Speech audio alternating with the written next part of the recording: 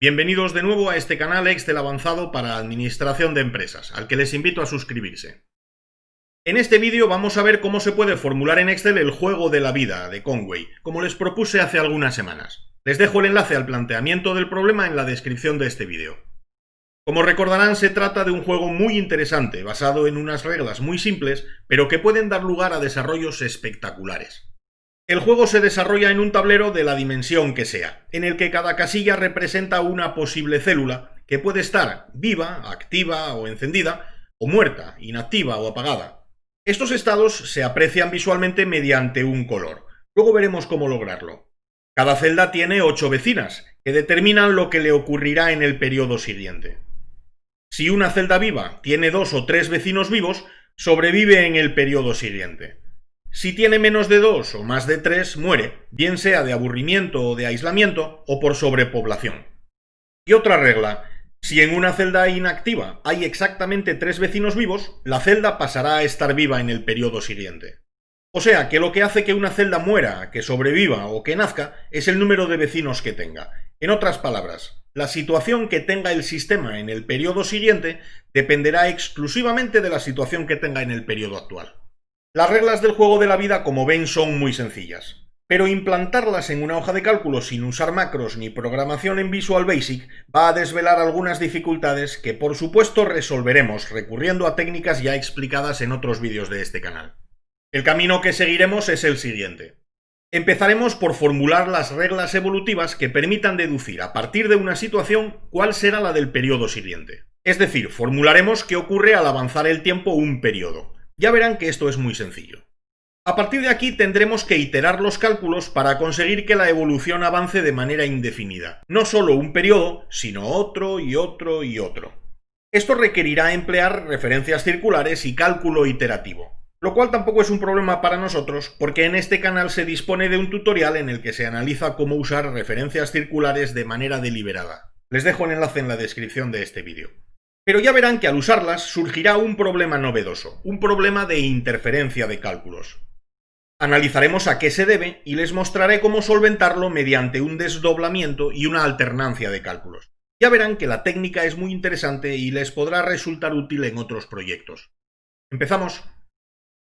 Vamos a empezar por simular la evolución instantánea, el cambio de estado del sistema de un periodo cualquiera al periodo siguiente, por ejemplo, del periodo inicial o periodo 0 al periodo 1. Vamos a hacer el juego en un universo de una dimensión 7×7. Es una cuadrícula bastante pequeña, pero no se preocupen, así se verán mejor las fórmulas y luego podremos estirar el tablero para simular mundos más amplios. En esta primera cuadrícula vamos a poner manualmente la situación de partida, la configuración o patrón inicial, la semilla de la que surgirá toda la evolución futura del sistema. Para representar el estado de cada celda, viva o muerta, activa o inactiva, encendida o apagada, como quieran llamarlos, vamos a utilizar ceros y unos. Y para que la información sea más clara visualmente, vamos a aplicar unos formatos condicionales. Si el valor de la celda es 0, utilizaremos una fuente de color azul claro, como el del fondo. Así que los ceros estarán ahí, pero no se verán. De todos modos, los ceros normalmente no se explicitarán. Pero los unos sí, así que aplicaremos otro formato condicional que en estos casos sombree en color negro el fondo de la celda.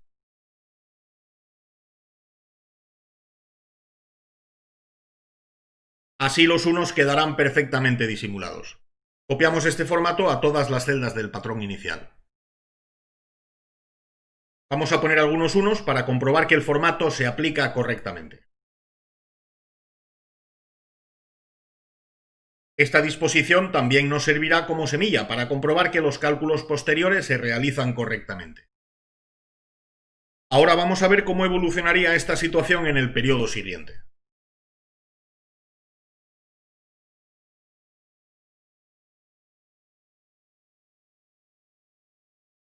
Ahora sombreamos en amarillo porque esta evolución se va a calcular mediante fórmulas.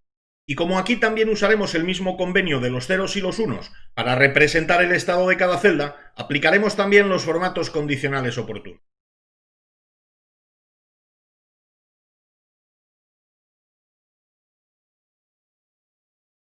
Para las celdas cuyo valor sea 0, usaremos un color de fuente amarillo, para que los ceros se disimulen con el fondo.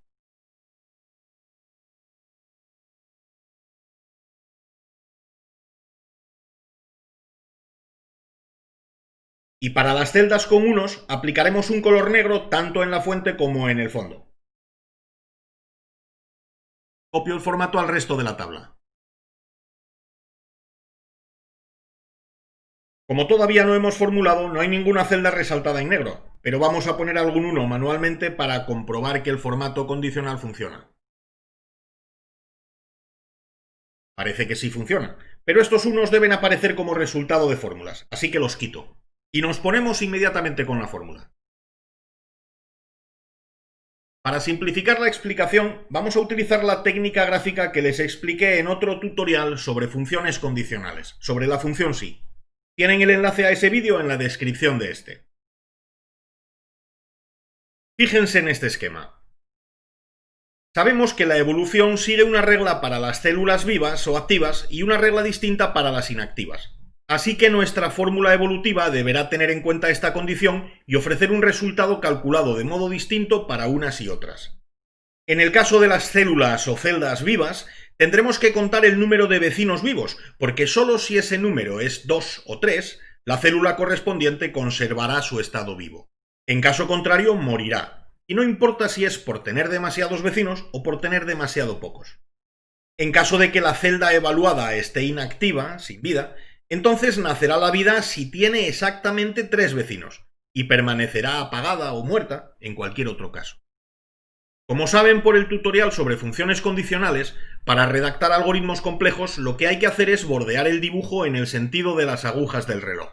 Y el propio recorrido nos irá desvelando qué argumentos deben completarse, en qué orden y con qué sintaxis. Empezamos por la parte superior. El rombo indica una bifurcación lógica, que en la formulación en Excel equivale a la función sí, con su paréntesis de apertura. Ahora vendría el primer argumento de la condicional. Aquí la voy a escribir con una redacción genérica. En Excel la modificaremos luego con la sintaxis adecuada. El punto y coma nos indica el paso al siguiente argumento, que será el valor si verdadero. En caso afirmativo, si la celda está viva, nos encontraremos con un nuevo discriminante, otro rombo, es decir, otra función sí, cuya prueba lógica ahora consistirá en evaluar si el número de vecinos es 2 o 3. También lo escribo de forma libre, ahora lo importante es comprender la estructura de la fórmula. De la sintaxis nos ocuparemos luego. Si efectivamente el número de vecinos es 2 o 3, la celda seguirá viva en el periodo siguiente. Y en caso contrario morirá.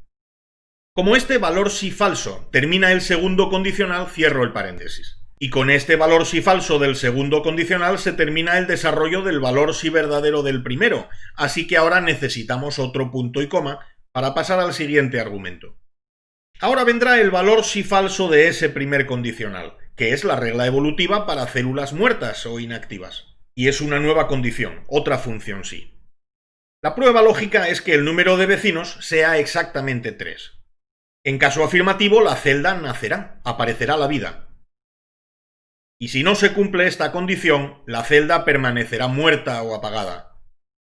Terminado este valor si falso, se habrá acabado la redacción de este tercer condicional, así que cierro el paréntesis. Y como este tercer condicional era a su vez el valor si falso del primer condicional, cierro otro paréntesis. La fórmula está terminada, aunque sea con una sintaxis que luego habrá que afinar. Vamos a llevarla a Excel. La copio con control C, por ejemplo, y aquí la vamos a pegar. Pulso control V. En la descripción de este vídeo les dejo un enlace a un tutorial sobre atajos de teclado que creo que les puede resultar muy interesante. Ya tenemos la fórmula, pero no esperen que funcione. Todavía tenemos que ajustar la sintaxis. La condición de que la celda esté viva de la primera función condicional se refiere a esta celda, la situación de la celda evaluada en el instante actual. Las demás menciones a celdas vivas o celdas muertas ya se refieren al estado de la célula en el periodo siguiente, tras un paso o avance de la evolución. Así que como se refieren a la propia celda en la que estamos formulando, serán unos o ceros.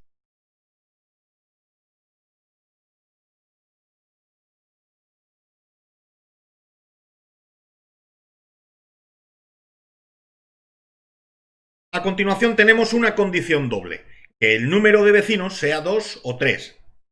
Esto se podría tratar mediante una nueva anidación de condiciones, pero lo vamos a resolver recurriendo a una función o.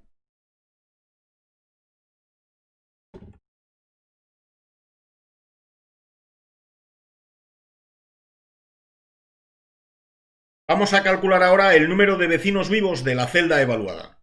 Será el recuento de unos de las 8 celdas que la bordean, pero para evitar más funciones condicionales, nos vamos a aprovechar de una propiedad del número 1.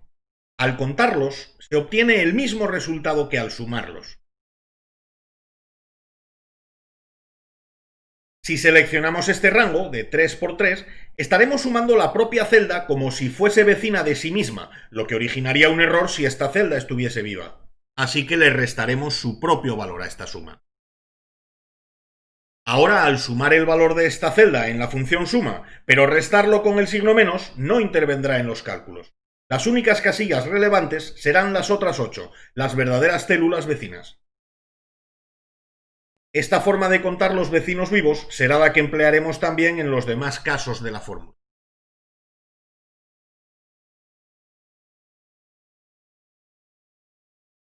Valido y la copio al resto. Pulso Control C, selecciono toda la cuadrícula y pulso Control V. Vamos a comprobar con algunos ejemplos que estos cálculos reproducen correctamente la evolución.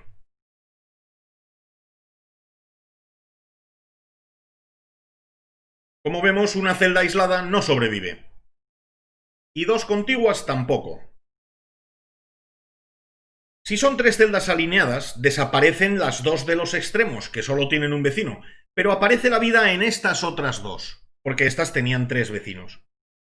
Una celda activa adicional en esta posición sobrevive en el periodo siguiente porque tiene 3 vecinas vivas, y además hace que aparezca la vida en estas otras 2, ya que también tenían 3 vecinos. Pero si añadimos una celda por debajo, desaparecen esas nuevas celdas, porque ahora ya tendrían 4 vecinos. Fallecen por sobrepoblación. La que estaba en esta posición solo tenía un vecino y fallece, pero esta vez por aislamiento. O sea, parece que nuestra fórmula permite desarrollar correctamente la evolución del sistema entre 2 periodos. Pero lo que queremos es un simulador de vida algo más dinámico, no solo para pasar de un periodo al siguiente, sino para pasar de cualquier periodo al siguiente. Una posibilidad sería copiar las mismas fórmulas a nuevas cuadrículas, pero descartaremos esta posibilidad por 2 motivos. Uno, porque no estaríamos viendo la evolución dinámicamente en una cuadrícula, sino en varias, aunque esto podría solucionarse con relativa facilidad. Pero el otro motivo no tiene una solución tan fácil. Este método solo permitiría simular un número finito de periodos. Tan grande como queramos, sí, pero finito. Y lo que pretendemos es un simulador de vida que permita desarrollar la evolución a un número no infinito, pero sí indefinido de periodos. Así que esta posibilidad de reproducir los cálculos periodo a periodo no la usaremos sin más, aunque tenga algunos aspectos que sí serán aprovechables. Para que la evolución se presente en una sola cuadrícula, podríamos idear un esquema de cálculo un poco diferente, como el siguiente. En el primer periodo, nuestras fórmulas calcularían la evolución del sistema a partir de la disposición o patrón seminal. En una cuadrícula adicional podríamos calcular la evolución al siguiente instante. En este caso sería el segundo periodo.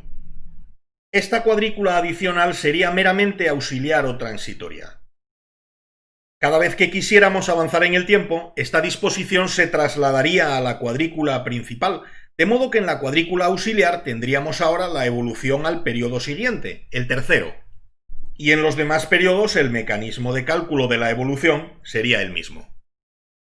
Esta idea ya nos permitiría visualizar toda la evolución en una única cuadrícula, apoyándonos en otra auxiliar para anticipar lo que ocurrirá en los periodos ulteriores. Y como la sucesión de estados se produce siempre en estas 2 áreas, sin repetir la formulación para cada periodo, ya tenemos un sistema dinámico. Así que parece una buena idea. Pero vamos a analizarla un poco más a fondo porque ya sabemos que no es oro todo lo que reluce. En primer lugar vamos a hacer los cálculos de la cuadrícula auxiliar, siguiendo el esquema gráfico anterior.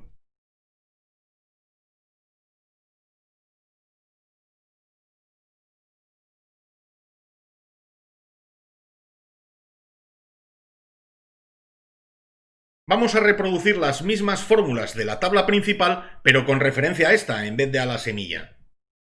Seleccionamos la primera celda, la editamos pulsando F2, seleccionamos todo el contenido, excepto el signo igual, y pulsamos Control C para copiar. Observen que estoy copiando el contenido de la celda, no la celda. Ahora salimos de la edición pulsando escape. Y en la celda de destino pegamos el contenido de aquella celda que habíamos copiado. Por supuesto con el correspondiente signo igual.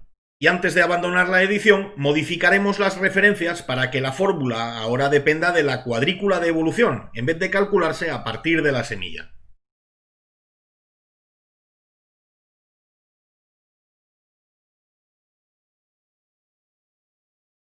Válido la fórmula. Para evitar la visualización de los ceros o de los unos, vamos a copiar el formato condicional de la tabla anterior. Y ahora copio esta fórmula con su formato al resto de la tabla. Esto nos permite simular el periodo siguiente al de la cuadrícula principal. En un contexto dinámico, en esta retícula que denominamos sucesora, tendremos calculada siempre la situación del sistema en el próximo periodo. Ahora hay que observar que aunque el cálculo de la evolución se hace siempre con las mismas fórmulas, en el primer periodo se hace a partir de la semilla y en los siguientes se hace a partir de la propia evolución. Así que vamos a tener que establecer algún sistema que permita reiniciar la evolución, es decir, que nos permita indicarle a nuestra hoja de cálculo cuándo queremos que se haga el cálculo a partir de la semilla, que es exógena, o de manera endógena a partir de las sucesivas fases de la evolución. Para ello podemos reservar una celda en la que indicaremos con un 1, que es el equivalente numérico de un sí, el comienzo de la simulación, para que se tome la situación de partida, y con un 0 cuando queramos que la vida fluya dinámicamente. Para saber en qué periodo estamos, podemos formular así.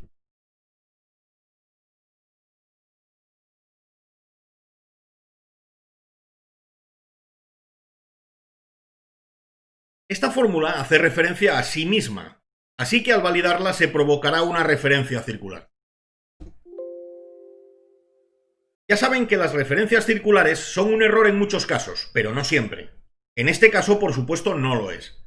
En la descripción de este vídeo les dejo un enlace a un tutorial donde se aborda con detalle esta cuestión. Les invito a que lo vean si no están familiarizados con el uso deliberado de referencias circulares como recurso de cálculo. Para que esta fórmula dé los resultados que queremos, vamos a activar el cálculo iterativo. Nos vamos al menú Archivo, Opciones, Fórmulas, y aquí marcamos la casilla de habilitar cálculo iterativo.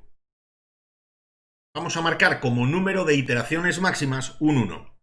El motivo es que queremos que en cada iteración se ejecuten nuestras fórmulas una sola vez. Vamos a comprobar que este contador funciona. Ponemos un 1 para reiniciar la simulación y vemos que el contador de tiempo se fija en el momento 0. Ahora borramos el 1, que es lo mismo que poner un 0, y vemos que el contador de tiempo pasa al instante 1. Si volvemos a calcular pulsando por ejemplo F9, el contador va avanzando. Ya saben que la tecla F9 ejecuta el cálculo instantáneo cuando el cálculo automático está desactivado, pero hace lo mismo aunque no estemos en cálculo manual. Si no están familiarizados con las opciones de cálculo de las que les hablaré en otro vídeo, también podrán conseguir el mismo efecto pulsando la tecla suprimir en una celda que esté vacía. Si está vacía, al pulsar suprimir no estarán borrando nada, pero Excel recalculará todo el libro.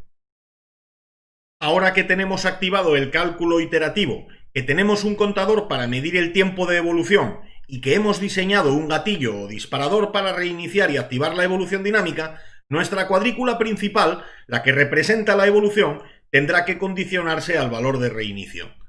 Si ese valor de reinicio es 1, entonces deberá reproducir la situación de la semilla. Y en cuanto el valor de reinicio pase a 0, deberá tomar los valores calculados en la retícula auxiliar, porque en la retícula auxiliar está calculada la evolución resultante de la retícula principal. Vamos a hacerlo.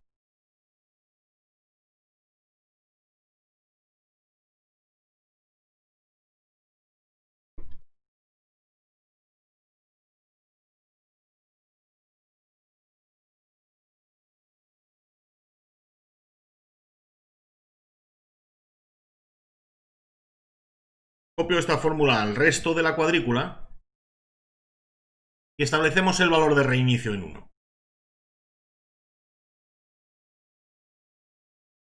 Vamos a comprobar inmediatamente que hay algo que no funciona como esperamos. Vamos a limpiar la semilla. Y vamos a establecer como patrón inicial este, con 3 celdas vivas alineadas en sentido horizontal. Ya sabemos que esta configuración origina un alternador, y nuestras fórmulas por ahora parecen confirmarlo. En la sección de evolución vemos que en el instante 0 se mostrará el patrón inicial, y en la sección auxiliar, que depende de la evolución principal, parece que se ordenará verticalmente. Vamos a ver qué pasa cuando desmarcamos la casilla de reinicio poniendo un 0 o simplemente borrando el 1. La sección de evolución adopta ahora la forma vertical, que es la que se derivaría de la actual forma horizontal. Pero fíjense en la configuración que sucederá a esta. Será un patrón horizontal, pero no está colocado en el sitio correcto. Algunas celdas que deberían estar vivas aparecen muertas, y algunas celdas que deberían estar muertas aparecen vivas. Esta celda, que tiene 2 vecinas, debería conservar la vida, y ha desaparecido. Esta celda no tiene más que un vecino, por lo tanto debería desaparecer y sin embargo aparece. Tampoco hay razón para que aparezcan estas 2 celdas, porque no tenían 3 vecinos. Esta evolución parece que no respeta las reglas del juego. ¿Por qué ocurre esto? ¿Qué es lo que está fallando si hemos configurado el cálculo iterativo para que las fórmulas avancen solo un periodo? ¿Por qué se produce esta ruptura de las reglas de juego originando un patrón que ya no es correcto? Lo que está ocurriendo no es un error de formulación ni un error de la configuración del cálculo iterativo, sino un problema de interferencia de los cálculos. Cada celda se calcula una única vez, pero esto no significa que todas las celdas se calculen a la vez, y no es lo mismo. Todas las celdas se calculan una sola vez, pero de manera sucesiva. Primero se calcula una, luego otra, y cuando se van calculando se toman los valores de las demás celdas, pero en el estado resultante de esa secuencia de cálculos, en el que algunas celdas ya habrán sido recalculadas en la misma iteración. Esto es lo que provoca que algunas celdas no tomen el valor esperado según las reglas, porque los resultados que vemos de cada celda no se han calculado a partir de los valores que estamos viendo para las demás. Es decir, incluso en la misma iteración, unos cálculos interfieren con otros. Así que este método no resuelve nuestro simulador del juego de la vida. Pero a pesar de ello nos va a ser muy útil, porque tiene unos cuantos elementos aprovechables. Lo único que debemos solventar es este problema de interferencia que acabamos de identificar. El problema, por expresarlo de una forma resumida, consiste en que si hacemos que la configuración sucesora dependa de la situación actual, y cuando el contador de tiempo avance, la situación actual dependa de la sucesora y la sucesora se recalcule, entonces los cálculos interferirán entre sí y ofrecerán resultados equivocados. Esto parece no tener solución, porque las dos relaciones de dependencia son imprescindibles. La sucesora debe calcularse a partir de la situación actual, no hay otra posibilidad. Y la evolución debe tomar luego los valores de la sucesora, tampoco hay más opción. Y además la matriz sucesora deberá calcularse en cada avance de tiempo, sin excepción.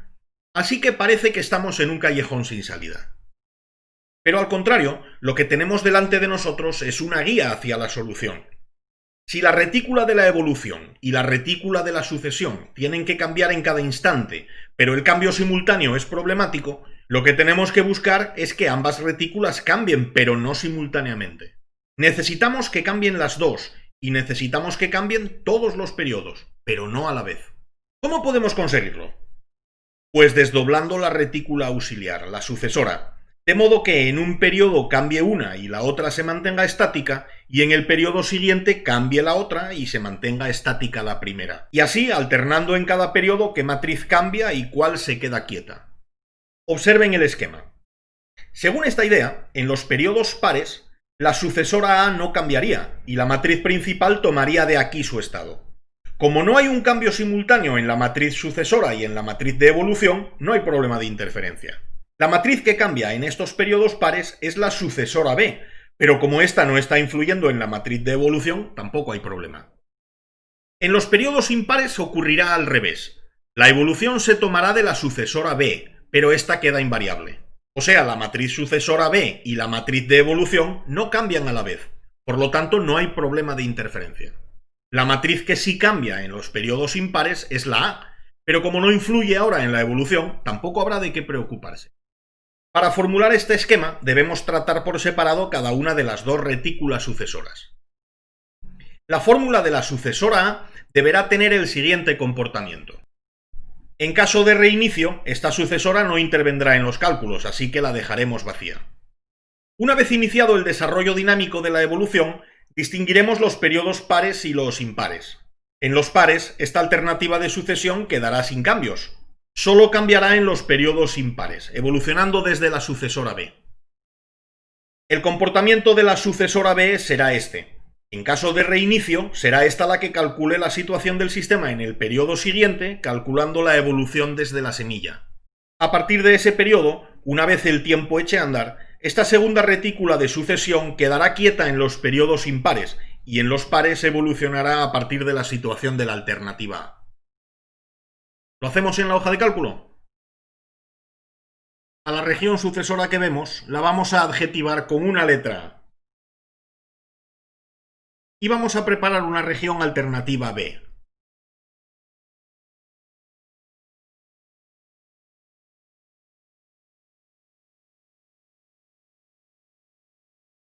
Vamos a formular la sucesora A.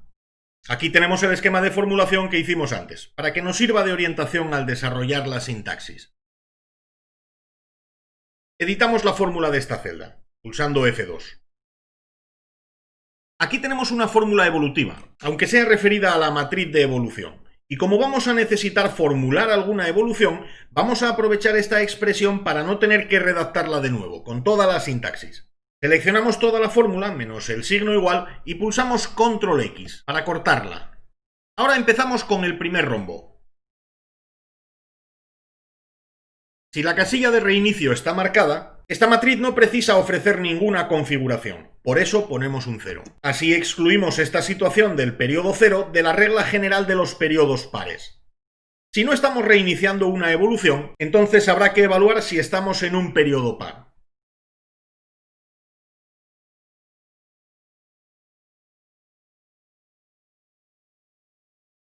En los periodos pares, según el esquema, esta matriz no debe cambiar. Por eso hacemos una autorreferencia a la propia celda en la que estamos formulando.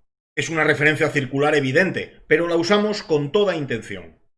Ahora, si no estamos en un periodo par sino impar, entonces esta matriz sí debe cambiar, para mostrar la evolución resultante del estado que se esté visualizando en la matriz sucesora B. Así que aquí pegamos la fórmula evolutiva que teníamos en el portapapeles y modificamos las referencias para que dependan de las celdas oportunas.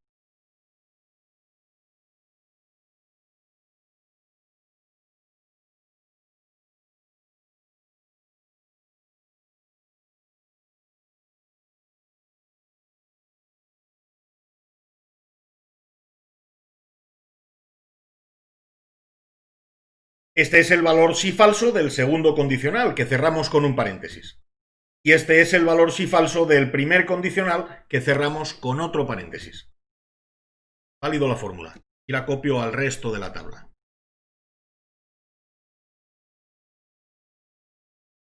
Ahora vamos a hacer lo mismo en la matriz sucesora B.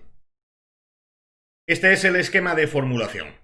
Como hicimos antes, para no tener que preocuparnos por la minuciosa sintaxis de la fórmula evolutiva general, vamos a copiarla, por ejemplo, desde la fórmula que acabamos de redactar. Editamos la fórmula y seleccionamos la parte que es estrictamente evolutiva. Pulsamos Control C. Y ahora escape. Volvemos a la matriz B. Y redactamos según el esquema. Si estamos en un reinicio, habrá que calcular la evolución, pero desde la semilla. Pegamos la fórmula que tenemos en el portapapeles y rectificamos las referencias. Todas las referencias a la celda V13 deberán apuntar ahora a la celda análoga de la semilla.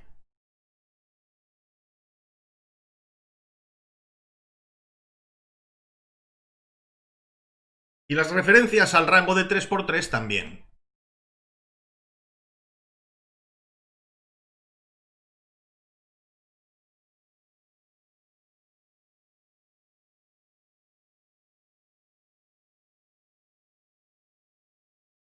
Esto es el valor sí verdadero de la primera función lógica. Ponemos punto y coma y pasamos al valor sí falso. que será un nuevo condicional, que evaluará si estamos o no en un periodo impar.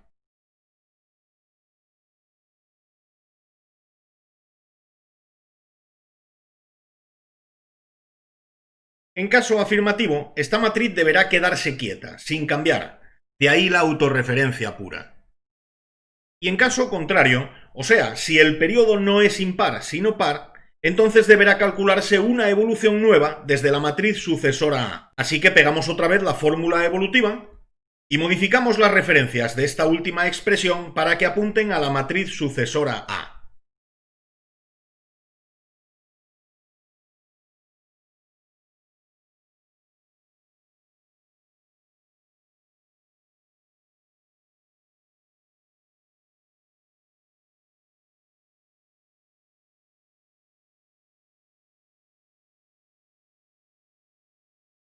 Ya podemos cerrar el segundo condicional y también el primero.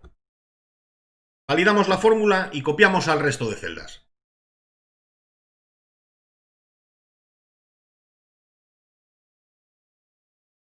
Ahora solo queda formular en la matriz de evolución con una condición, para que en cada periodo tome los valores desde la matriz sucesora que no ha cambiado.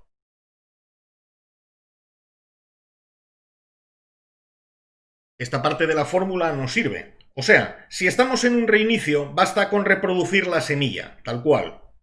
En caso contrario, si no estamos en un reinicio, sino en cualquier otro periodo con la evolución en marcha, entonces habrá que distinguir los periodos pares y los impares.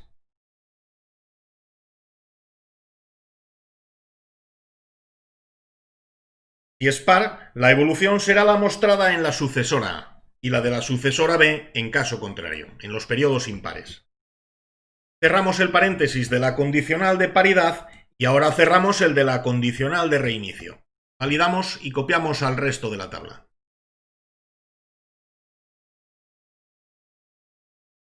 Si nuestras fórmulas son correctas, el simulador del juego de la vida deberá funcionar. Vamos a comprobarlo.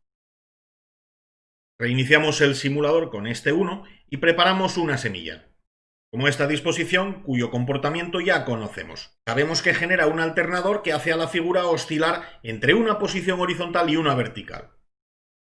Desmarcamos la casilla de reinicio.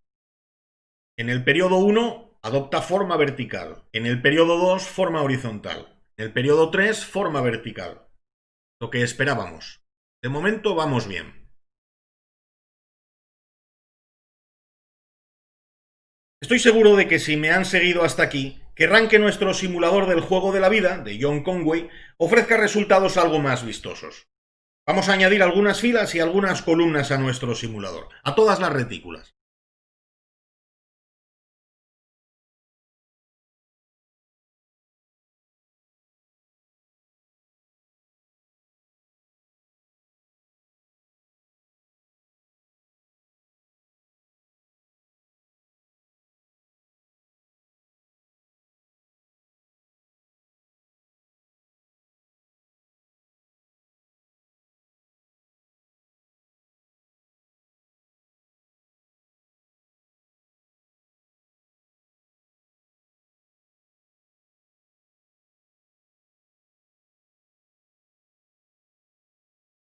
Copiamos las fórmulas.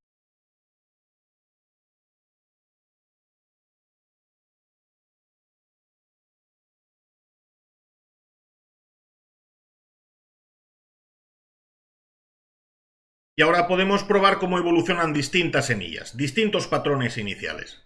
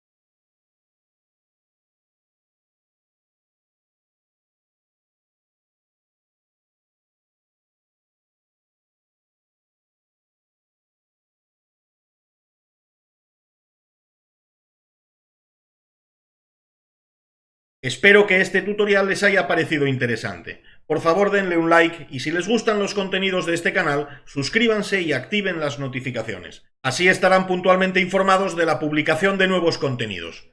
Pueden hacer un donativo en el enlace que les dejo en la descripción del vídeo y pueden seguirnos también en redes sociales. También les invito a que dejen un comentario con su opinión, con sus dudas o con sus sugerencias. Espero contar con ustedes muy pronto con nuevos contenidos. Hasta entonces, muchas gracias. Espectacular, espectacular.